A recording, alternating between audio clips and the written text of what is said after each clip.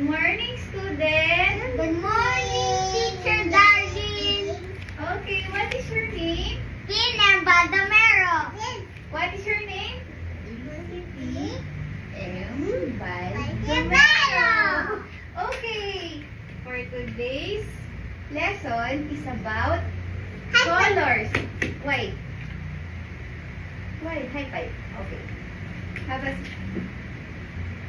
Okay. Okay, students. Anong color? Kuya, palit. Palit pa kayo, palit. Okay. Okay, class. What color is this?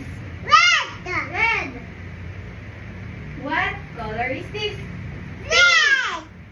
What? Pink. What color is this? Black. Ang galing ah. What color is this?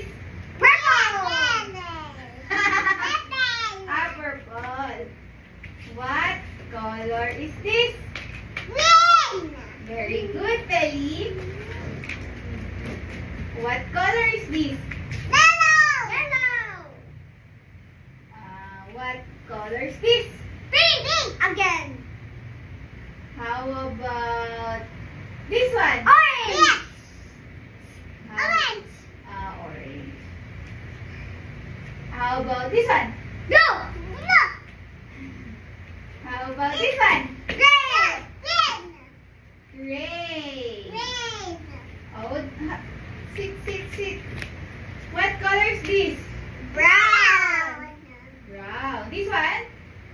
Red. This one? Yellow. This one? Blue. Pink. Purple. Purple.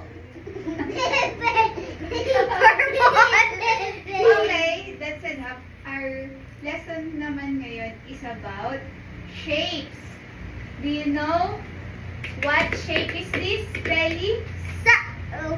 What shape is this? Why?